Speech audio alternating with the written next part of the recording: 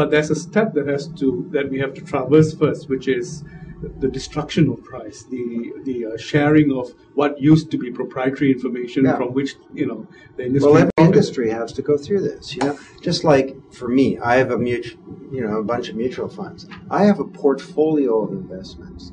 Some of it's cash, some of it's Asia, some of it's high tech, some of it's resources.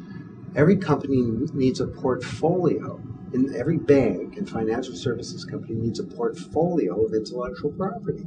Some that they own and protect, some that they share with in their business web, and some that they place in the commons on the understanding that it's in our collective interest to do that for the industry as a whole. Right. Let's take a step back and look at how organizations themselves are changing, and that would apply to any big business.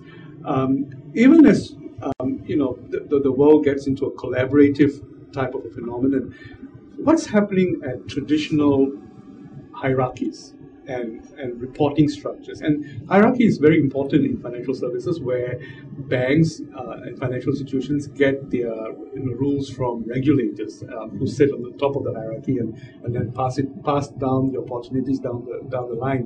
Now, in an environment where players are sharing information, how does hierarchy change and the role and the game between the different players? Well, actually, when it comes to regulation, there's a whole new trend that's emerging.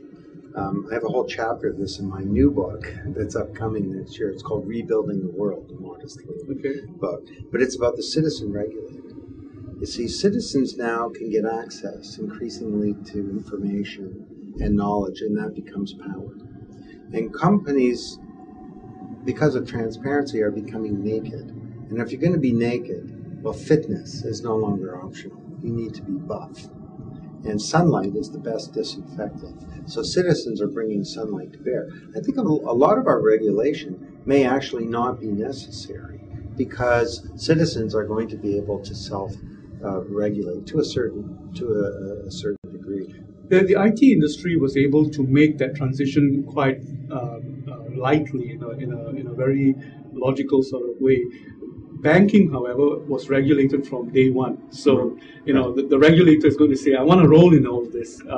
Yeah, sure, collaboration is a great thing, but, you don't know if conventional wisdom is good for everybody, that kind of thing. So there's going to be pushback, from certain vested interest in that way. So how do you see that working through, or can it work through, or are there industries where that kind of ownership breaks down and Sure.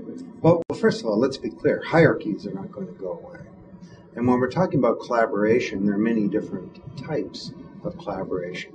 There's collaboration that occurs within corporations, and increasingly that is passing beyond many of the traditional hierarchies to being true peer-to-peer collaboration. And we know that when you do that, you get better innovation, better sharing of knowledge, higher performance, better loyalty, trust, and so on. Then there's collaboration within a business network, and there have been a whole series of very important developments occur there. And then we have collaboration in the sense of with customers, where consumers can become producers of everything from clothing, threadless, it's customers designed its clothing, to financial services, where there are all kinds of communities now created by financial services organizations where the customers create real value. Then you have the really interesting one, which is collaboration beyond the bounds of traditional financial services companies. And that can occur on an astronomical scale, where you have millions or tens of millions of people who view the internet not just as a way of hooking up online or creating a gardening community or something like that, but as a new mode of production to create, in a sense, and distribute. Strangely enough, the financial services industry has been a little ahead of that game, because this concept of customer one, where instead of having siloed products which you sell 5 times to the same customer, the customer sort of decides the compendium of products that he wants to make personal to himself. The concept has existed. Maybe the technology didn't support it, because at the back end, the banks tended to work in silos in that way. Right. How do you think new technology is making that achievable in a much more, straightforward and easy way. Is that coming from the customer front, or is that something that the banks will have to create for the customer? Well, there's a market pull. Customers want to be treated as a customer as opposed to a whole series of transactions or products. But there's also a technology push, and that's the shift from the old web, which was a platform for for the presentation of content that was completely separate from real IT in a bank. Mm-hmm. These two didn't come together. The only way was around the intranet, which was very limited. But now, the web is becoming a global platform for collaboration. In that sense, every company, and it's enriched with services. So companies need to move their old legacy systems onto this new global computer called the internet. And once that starts to happen, then you have huge opportunities to have not just an integrated set of products and services for a customer, but to create rich experiences for customers, and to enable customers in turn to collaborate with each other, with you, and with other entities for new value in the marketplace. Tell me this. What is the future of large, highly constructed businesses in the medium term as this change is taking place? Banks love being huge. They love being complex. Yeah. They love being all things to all men. They've built these huge silos at the back end. That's what they will find hard to give up. Even if the promise of being closer to the customer and so on is well, a lot of these silos are a liability, because the bank of today looks like the bank of the past, in the sense that the technology locks it into old models, because we've encoded all this technology to look like yesterday's organization. And we have this little detail called the legacy, and getting from here to there is a big challenge. God may have created the world in 6 days, but he didn't have an installed base to deal with.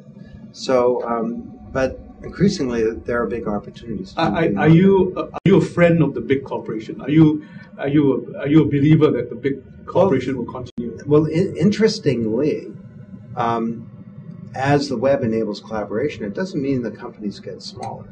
Now, small companies can have a lot of the capability of big companies without the same liabilities, like legacy technology and culture and processes and so on. But there's this view that, well, because the internet drops collaboration costs, and it was those costs that kept things inside the boundaries of a corporation, because the costs of contracting, search, and coordination outside of a corporation were greater than the cost of doing things inside. There's an argument that eventually the corporation will go away, and I don't think that's true.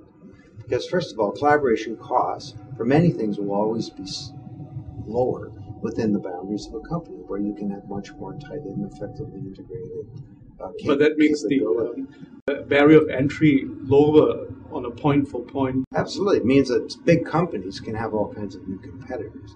But interestingly, many of the companies that are most effective in implementing my ideas are not getting smaller, they're getting bigger. Like, look at a company like, Best Buy. I mean, their main competitor went bankrupt. They're in a very tough environment in this current recession, but they're doing pretty well, and they're embracing all of these ideas. A company like Procter & Gamble, half of their innovation comes from outside the company, but the size of their R&D department has not gotten smaller. Don Tapscott, thank you so much for spending time with us. I hope you'll be able to answer more questions as we go along.